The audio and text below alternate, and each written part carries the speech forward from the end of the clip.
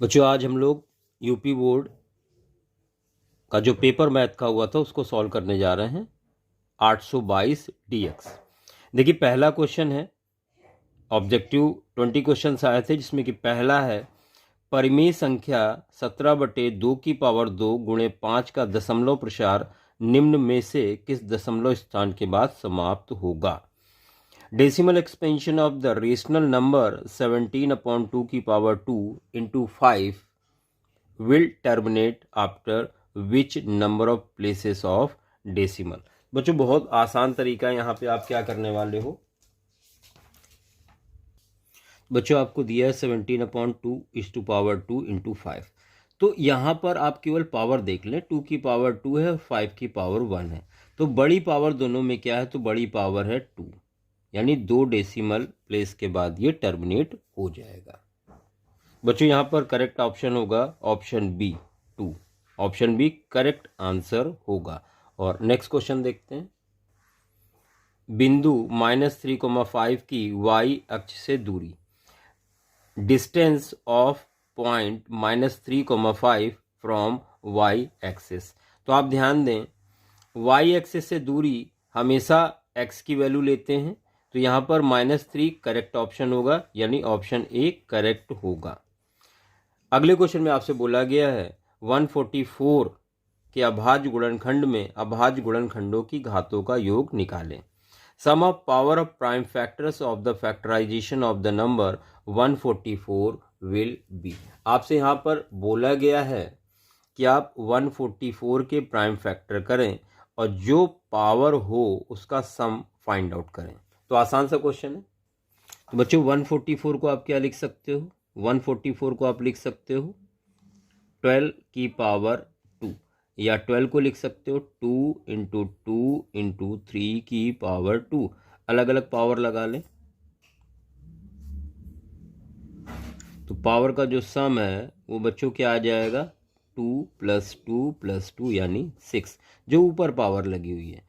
तो इसका जो आंसर आएगा वो 6 आएगा। बच्चों यहाँ पर करेक्ट ऑप्शन होगा ऑप्शन डी 6, ये करेक्ट आंसर होगा। क्वेश्चन नंबर 4, आपको लासा एलसीएम दिया हुआ है 132 और 288 का 3168, और बच्चों आपसे मासा पूछा गया है। तो यहाँ पर हम लोग डायरेक्ट फॉर्मूला इस्तेमाल करेंगे। बच्चों यहाँ पर पहला नंबर 132 है, दूसरा नंबर 288, एलसीएम दिया है, एचसीएफ निकालना है। तो आपको रिलेशनशिप पता है, HCF into LCM is equal होता है ए इंटू बी। एलसीएम जो कि 3168 है into HCF is equal 132 into 288। बच्चों यहाँ से एच कितना आ जाएगा, 132 288 और अपॉन में आएगा 3168। इसको कट कर दें, 2 से 144, 2 से कट किया, 2 1 जा 2 5 जा 2 8 जा 2 4 जा, फिर इसको 4 से कट कर दें या 2 से कट कर दें 72, 2 7 जा 2 9 जा 2 2 जा, और ये फिर 2 से कट हो जाएगा तो 36 आएगा, 2 3 जा 2 9 जा 2 6 जा। तो इसको लिख लें साफ साफ, आपके पास बचा 36 और 132 ऊपर अपॉन में 396। ये 3 से कट हो जाएगा, 3 2 जा 6, 3 3 जा 9, 3 1 जा 3, यहाँ पर आएगा 3 3 1 जा 2 जा, यानी एचसीएफ बच्चों 12 आ रहा है। तो यहाँ पर जो करेक्ट ऑप्शन होगा वो ऑप्शन डी इस क्वेश्चन का सही जवाब होगा। क्वेश्चन नंबर 5 यहाँ पे देख लें आप। 5 में आपसे बोला गया है यदि द्विघात समीकरण 3x² - 12x + m is equal 0 के मूल बराबर है तो m का मान निकालें। तो यहाँ पर रूट्स आपको इक्वल दिए हैं और आपको m की वैल्यू फाइंड आउट करनी है। तो ये इक्वेशन आपको दी गई है, रूट्स इक्वल है तो इसकी कंडीशन होती है b² - 4ac इज इक्वल 0, या आप b² इज इक्वल 4ac भी कह सकते हैं। b का मतलब x का कॉफिशिएंट जो कि -12 तो होल स्क्वायर हो जाएगा, 4ax² का कॉफिशिएंट 3 है, c कांस्टेंट टर्म m है।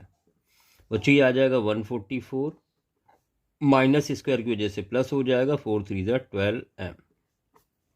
144 को 12 से कट करेंगे तो 12 आ जाएगा, यानी m की वैल्यू आ रही है यहाँ पर 12। तो बच्चों इस क्वेश्चन का सही जवाब होगा ऑप्शन डी 12, ये करेक्ट ऑप्शन है। और अगला क्वेश्चन देखते हैं, समीकरण 5x² - 3x + 2 = 0 के मूलों का योग निकालो। बच्चों यहाँ पर आपको सम ऑफ रूट्स फाइंड करना है, जबकि ये इक्वेशन दी गई है। तो सम ऑफ रूट्स क्या होता है? सम ऑफ रूट्स या अल्फा प्लस बीटा ये होता है -b/a। माइनस b कितना है? x का कॉफिशिएंट जो कि -3 है, अपॉन a का मतलब x² का कॉफिशिएंट 5, माइनस माइनस प्लस 3/5 इसका आंसर हो जाएगा। यानी यहाँ पे option number A correct answer होगा क्वेश्चन नंबर 6 का। बच्चों 7 में आपसे कहा गया है simultaneous equation this and this have no solution if lambda will be. आपसे कह रहा है इन दोनों इक्वेशन का कोई हल नहीं है तो लैम्डा का मान निकालें। देखिए कोई हल नहीं है, नो सॉल्यूशन के लिए कंडीशन होती है a1/a2 = b1/b2 not equal to c1/c2। a और a1 a2 x के कॉफिशिएंट जो कि 1 पहली इक्वेशन से मिलेगा, दूसरी इक्वेशन से 2 मिलेगा, इज इक्वल b1 y का कॉफिशिएंट जो कि 2 है और b2 लैम्डा है। तो यहाँ से क्रॉस मल्टीप्लाई करेंगे तो लैम्डा की वैल्यू आपको मिल जाएगी 4, यानी यहाँ पर करेक्ट आंसर 4 होगा। तो यहाँ पर ऑप्शन डी करेक्ट आंसर है क्वेश्चन नंबर 7 का। और क्वेश्चन नंबर 8 देखते हैं इसके बाद। बच्चों क्वेश्चन नंबर 8 में आपसे क्या कहा गया है? बिंदुओं ए और बी को जोड़ने वाले रेखाखंड का मध्य बिंदु आपको पी दिया है, तो ए का मान निकालो। Point P is mid point of line segment joining the points A and B, then find the value of a. तो बच्चों यहाँ पर ध्यान दें, आपसे बोला गया है कि ए बी लाइन सेगमेंट है, आपको ए के कोऑर्डिनेट -4,2 दिए हुए हैं और इसके 5,6 हैं। मिड पॉइंट पी के कोऑर्डिनेट a/8 और 4 हैं। तो मिड पॉइंट का फॉर्मूला यहाँ पर आप इस्तेमाल करेंगे, तो आप लिखेंगे p का x कोऑर्डिनेट का फॉर्मूला होगा x1 + x2/2। p का x कोऑर्डिनेट a/8 है, इज इक्वल x1 -4 है और x2 आपका 5 है, x1 x2 अपॉन 2 8 को कट किया तो 4 आ गया, तो ये आ गया a/4 इज इक्वल यहाँ बचेगा 1। क्रॉस मल्टीप्लाई करेंगे तो a इज इक्वल मिल जाएगा 4, यानी a की वैल्यू 4 है। तो यहाँ पे आप देख सकते हैं a इज इक्वल आपको 4 मिल गया, यानी ऑप्शन डी करेक्ट आंसर होगा क्वेश्चन नंबर 8 का। ऑप्शन डी करेक्ट वैल्यू है। Question number 9, in given figure BC parallel है PQ के, PQ रेशियो BC 1:3 दिया हुआ है आपको, then ratio of AP and PB आपको निकालना है, AP और PB।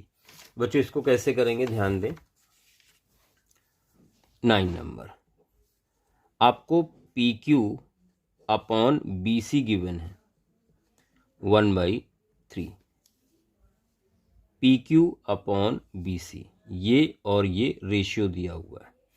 अब BC पैरेलल PQ है, BC पैरेलल PQ है, इसका मतलब ये छोटा वाला ट्रायंगल और ये बड़ा वाला ट्रायंगल सिमिलर है। तो यहाँ पर हम लोग लिख सकते हैं छोटे वाले की साइड AP अपॉन बड़े वाले की साइड AB इज इक्वल छोटे वाले का बेस PQ अपॉन बड़े वाले का बेस BC। बच्चों AP ये तो रेशियो आपको फाइंड करना है, तो AP को ऐसे ही लिख लेंगे। AB की जगह हम लोग लिख सकते हैं, AB की जगह AP + PB, AP + PB लिख सकते हैं, is equal PQ upon BC ये 1/3 पता है। यहाँ पे आपने क्रॉस मल्टीप्लाई कर दिया, जब आप क्रॉस मल्टीप्लाई करेंगे तो ये आएगा 3AP is equal AP + PB। AP minus हो जाएगा तो 2AP बचेगा इधर आके, PB आपको निकालना है AP अपॉन PB। बच्चों ये हो जाएगा 1 1/2, 2 नीचे गया, इसको इधर लाए, तो ये 1:2 इसका करेक्ट आंसर होगा। यानी यहाँ पे क्वेश्चन नंबर 9 का जो आंसर होगा वो ऑप्शन सी करेक्ट आंसर होगा, 1:2। बच्चों क्वेश्चन नंबर 10 में कहा गया है इन ट्रायंगल ABC, AB की लेंथ दी गई है, AC की लेंथ दी गई है और BC की लेंथ दी गई है, आपसे कह रहा है एंगल B फाइंड आउट करो। तो इस तरह के क्वेश्चन में ज़्यादातर राइट एंगल ट्रायंगल के होने के चांसेस रहते हैं। तो यहाँ पर हम सबसे पहले जो साइड दी गई उसका स्क्वायर फाइंड करेंगे। तो AB स्क्वायर कितना हो जाएगा, AB 6√3 है, तो AB का स्क्वायर हो जाएगा 6 6 36 और इसका रूट हट जाएगा यानी 3, 36 3 108 हो जाएगा। और AC स्क्वायर कितना हो जाएगा, तो AC स्क्वायर 12 का स्क्वायर यानी 144 हो जाएगा। और BC स्क्वायर 6 है BC, तो BC स्क्वायर 36 हो जाएगा। अब बच्चों ध्यान दो, अगर इन इक्वेशन को हम ऐड करते हैं AB square plus BC square, तो ये आ जाता है 144, 108 और 36 144, और ये AC स्क्वायर के इक्वल है, यानी यहाँ पर पाइथागोरस थ्योरम लग रही है। अब बच्चों ध्यान दो, AB square plus BC square में कॉमन क्या है, B कॉमन है, इसका मतलब एंगल जो B होगा वो आपका 90 डिग्री होगा। यानी यहाँ पे करेक्ट आंसर जो होगा वो ऑप्शन बी करेक्ट होगा क्वेश्चन नंबर 10 का। 11 में आपसे कहा गया है areas of two similar triangles are in ratio 16:25, ratio of corresponding sides of triangles will be. तो बच्चों यहाँ पर आपको कंडीशन पता है कि area of triangle 1 upon area of triangle 2 is equal होता है उनके करस्पॉन्डिंग साइड के स्क्वायर के इक्वल। मान लिया हमने साइड एक्स और वाई है तो इसके स्क्वायर के इक्वल होता है। बच्चों एरिया आपको रेशियो दिया हुआ है 16/25 is equal x upon y का होल स्क्वायर। इसको आप लिख सकते हैं 4/5 का whole square is equal x upon y का whole square. Square square cancel हो जाएगा तो 4/5 आ जाएगा एक्स अपॉन वाई। तो ये आ गया साइड का रेशियो एक्स अपॉन वाई 4:5। यानी यहाँ पे करेक्ट ऑप्शन जो होगा वो ऑप्शन बी करेक्ट आंसर होगा क्वेश्चन नंबर 11 का। क्वेश्चन नंबर 12 में आपसे बोला गया है इन फिगर AB 3 है, AC 6 है, BD आपका 2 है और CD 4 है। रेशियो ऑफ एंगल BAD और CAD, इन एंगल का आपको रेशियो फाइंड आउट करना है। बच्चों यहाँ पर आप ध्यान दें AB और AC दोनों की साइड में डबल का अगर हम 3 को 2 से मल्टीप्लाई कर दें तो 6 आ जाता है। और BD और CD में क्या रेशियो, अगर 2 से मल्टीप्लाई कर दें इसमें तो 4 आ जाता है। इसका मतलब ये वाला ट्रायंगल और ये वाला ट्रायंगल सिमिलर हैं। आप इस तरह से चेक कर सकते हैं, जैसे 3/6 1/2 आएगा यानी AB अपॉन AC। और बच्चों इसी तरह से 2/4 यानी 1/2 और ये इक्वल है BD अपॉन CD के। इसका मतलब ट्रायंगल AB और D सिमिलर है ट्रायंगल AC और D के। दोनों ट्रायंगल सिमिलर हैं। और जब ट्रायंगल सिमिलर होते हैं तो एंगल में एंगल सेम होते हैं। इस वजह से यहाँ पे जो करेक्ट आंसर होगा वो ऑप्शन बी होगा 1:1, क्योंकि आपसे इन एंगल का रेशियो पूछा गया तो 1:1 होगा, इन एंगल का रेशियो भी 1:1 होगा। तो यहाँ पे करेक्ट ऑप्शन जो होगा वो बी ऑप्शन सही होगा। बच्चों नेक्स्ट क्वेश्चन की तरफ बढ़ते हैं। Question number 13, sin 31 degree upon cos 59 degree. तो इसको कैसे करने वाले हम लोग, आप ध्यान दें, साइन 31 डिग्री अपॉन कॉस 59, ये आपको बताया जा चुका पहले भी कि अगर दोनों एंगल का सम 90 आ रहा है तो हम किसी एक एंगल को माइनस करके लिख सकते हैं। साइन 31 को आप 90 - 59 लिख सकते हैं। क्योंकि 90 में 59 माइनस करेंगे तो 31 ही बचेगा। अपॉन में कोई चेंज आपको नहीं करना है। अब बच्चों ध्यान दें, साइन 90 की वजह से कॉस में बदल जाता है, तो कॉस 59 और अपॉन में भी कॉस 59, दोनों कैंसिल होके फाइनल आंसर आएगा 1। यानी यहाँ पर करेक्ट ऑप्शन होगा सी, आंसर सही होगा। बच्चों अगला क्वेश्चन है, in figure angle of depression, आपको angle of depression of point O as seen from points A and P R, आपको ये एंगल दिए गए हैं। तो आपसे यहाँ पे पूछा गया है, अगर ये पूरा एंगल 45, ये पूरा एंगल 60 है, तो आपको ए से जो एंगल बन रहा है यानी ये वाला, और पी से जो एंगल बन रहा है यानी ये वाला एंगल फाइंड आउट करना है। तो आप ध्यान दें, यहाँ पर ये आपको एंगल दिया गया है इस तरह से, ये 45 दिया हुआ है, और बच्चों ये वाला एंगल आपको दिया गया है 60। ये पॉइंट ए है, ये पी है, ये क्यू है, ये बी है और ये ओ है। तो ये पूरा 45 है।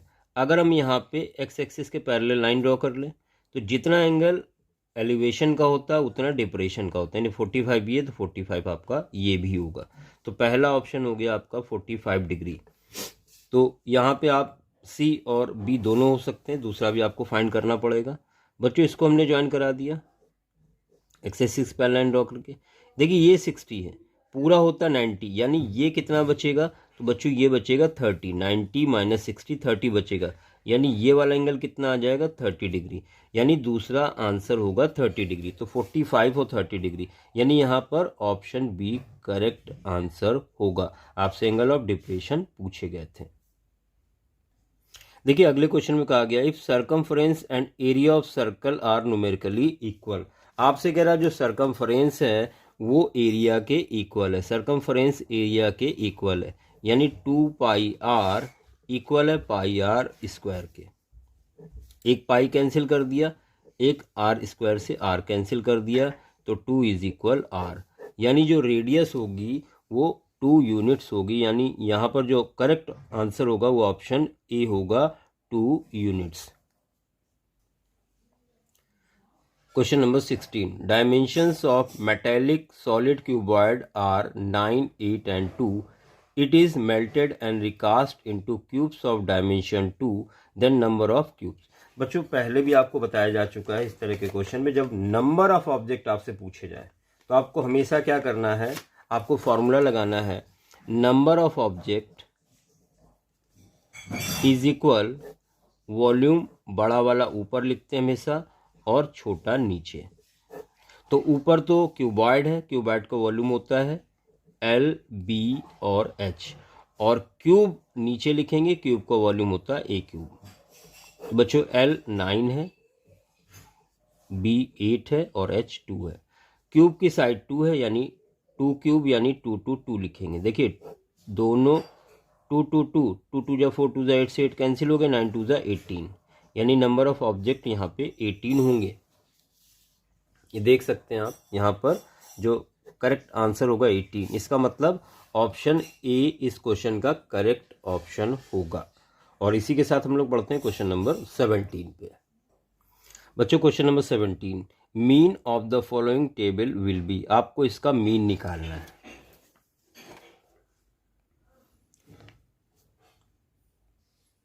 तो यहाँ पे एक्स की जरूरत पड़ेगी हमें। एक्स कैसे निकालेंगे, दोनों वैल्यू को ऐड करके आप डिवाइड करेंगे 2 से, तो ये आ जाएगा 5, ये आ जाएगा 15, यहाँ से आएगा 25, 10 10 का डिफरेंस चल रहा है तो ये 35 हो जाएगा और 45। फ्रिक्वेंसी आपको दी गई है 4 5 6 4 और 1, इनको मल्टीप्लाई करके आप ऐड कर देंगे तो 5 4 जा 20, 15 5 जा 75, 25 6 जा 150, 35 4 जा 140 और 45 1 जा 45, इनको ऐड कर दें 5 5 10, एक बचा, 7 और 3 10, 15 15 और 4 19 और 4 23, 2 3 4, ये 430 आ गया। फ्रिक्वेंसी का सम फाइंड कर लें, 4 5 9 9 10 और 10 20, इसका सम 20 आ रहा है। यानी 430 को आप डिवाइड कर देंगे 20 से, क्योंकि x bar is equal formula होता है sigma F x upon sigma F. 0 0 cut हो गया, 2 2 जा 2 1 जा 2, यानी 21.5 इस क्वेश्चन का करेक्ट आंसर होगा। यानी यहाँ पर ऑप्शन सी करेक्ट आंसर है। बच्चों यहाँ पे कहा गया है if arithmetic mean and mode are given. Mean आपको 28 दिया है, मोड 16 दिया है, मीडियन आपको फाइंड करना है। तो मीडियन आपको निकालना है, यानी माध्यिका आपको पता करनी है। बच्चों यहाँ पर ध्यान दें, आपको फॉर्मूला पता है, mode is equal 3 median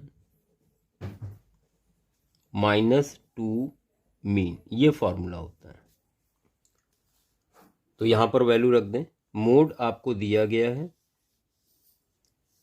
mode आपको 16 दिया हुआ है, is equal 3 median minus 2 into mean भी आपको 28 दिया है, ये हो जाएगा 16 is equal 3 median minus 28 two जा 56, 56 इधर ऐड हो जाएगा, तो 3 मीडियन इज इक्वल बच्चों आ जाएगा 6 6 12 5 6 7, 3 से कट कर दें, 3 2 जा 3 4 जा, यानी जो मीडियन होगा वो 24 होगा। यानी यहाँ पे ऑप्शन आपका करेक्ट होगा 24, सी ऑप्शन सही होगा। लेकिन 19 में आपसे बोला गया है model class of following frequency distribution. Mode या मॉडल क्लास, तो सबसे ज़्यादा फ्रिक्वेंसी किसकी है, ये फ्रिक्वेंसी सबसे ज़्यादा है, तो मॉडल क्लास हो गई आपकी 3 5, यानी ऑप्शन बी करेक्ट आंसर होगा इस क्वेश्चन का। क्वेश्चन नंबर 20, मीडियन क्लास, आपसे मीडियन क्लास पूछी गई है। मीडियन क्लास के लिए आपको CF की ज़रूरत होगी यहाँ पर। तो सबसे पहले देख लें, जो फ्रिक्वेंसी है क्लास इंटरवल 0 से 10, 10 से 20, 20 से 30, 30 से 40 और 40 से 50। बच्चों आपको फ्रिक्वेंसी दी गई है 4 5 13 20 और 8। आप CF निकालें, क्योंकि मीडियन की बात हो रही, CF निकालना होगा। 4 और 5 9, 9 और 13 22, 22 और 20 42 और 8 50, तो इसका सम आ गया 50। तो यहाँ पर सबसे पहले हम लोग n/2 की वैल्यू निकालते हैं। जब n/2 आप निकालोगे 50 अपॉन 2 यानी 25 आएगा, और 25 यहाँ पर लाई करेगा। 22 से ज़्यादा है, 42 से कम, तो यहाँ पर लाई करेगा। इसके सामने देखें 30 और 40, तो 30 40 इसका करेक्ट ऑप्शन होगा, यानी बी ऑप्शन इस क्वेश्चन का सही आंसर होगा। तो ये थे ऑब्जेक्टिव क्वेश्चंस आपके।